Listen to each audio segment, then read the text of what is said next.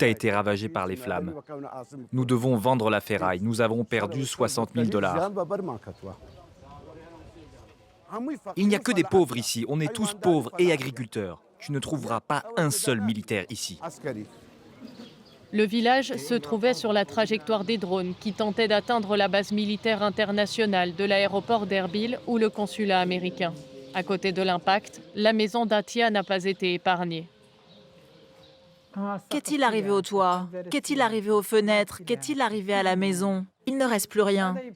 Nous devons aller vivre chez un proche, on ne peut pas rester ici. Ce n'est pas possible. Tout est brisé, il y a du verre partout. Démunis face à l'ampleur des dégâts, les habitants espèrent être indemnisés, d'autant qu'avec la guerre, tout est devenu plus cher, à commencer par le gaz. Depuis la fermeture pour raisons sécuritaires du complexe gazier de Khormor, principale source d'approvisionnement du Kurdistan, les prix se sont envolés.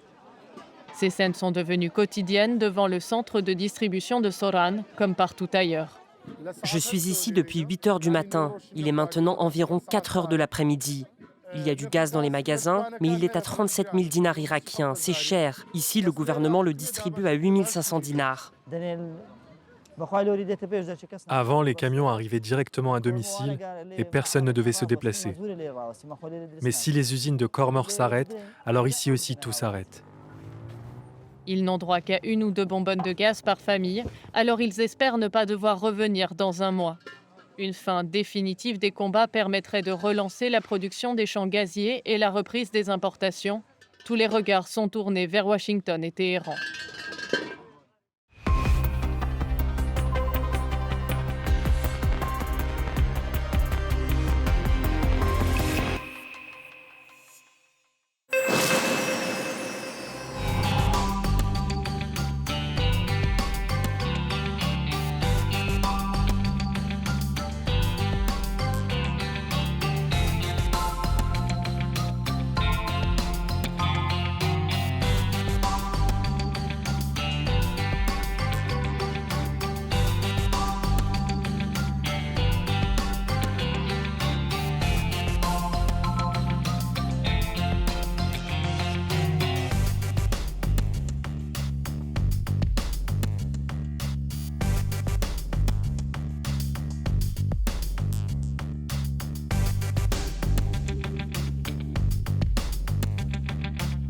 Ce que c'est clair pour nous, c'est de la difficulté de ce match.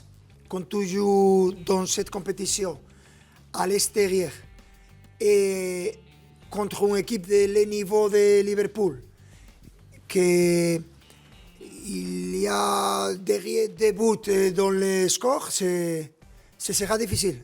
C'est clair pour nous et on sait clairement qu'il y aura des moments de difficulté. Parce que pour moi, c'est un match piège. Tu as gagné le premier match, tout le monde parle qu'on a été très supérieur.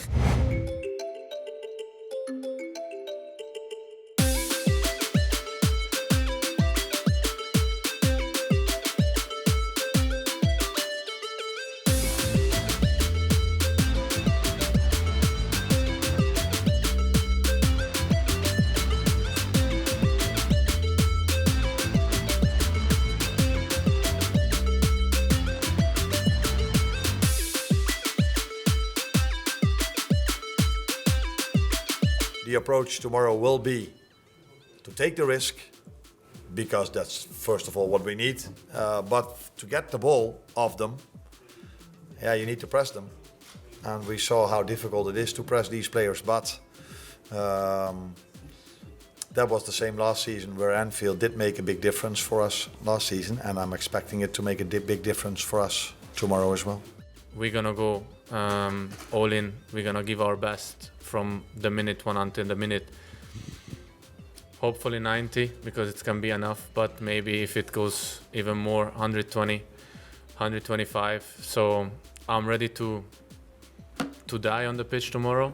I think I can speak from all of the players, because we want it so bad, we worked for it so bad, and there, in one game everything can happen in Anfield.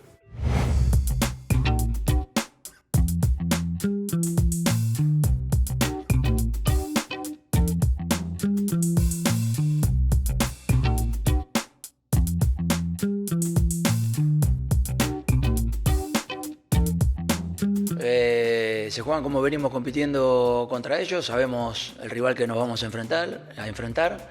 Tenemos la conciencia de saber el rival bueno que vamos a tener enfrente, pero también tenemos claro cuál es nuestro objetivo, que es pasar. Bueno, jugar com sabem, jo crec, amb intensitat, però no perdre el nostre joc, que jo crec que és la clau, i no pensar que és un miracle remuntar. Jugar com sabem és un partit que sí que és veritat que comencem 2-0, però jugar com sabem.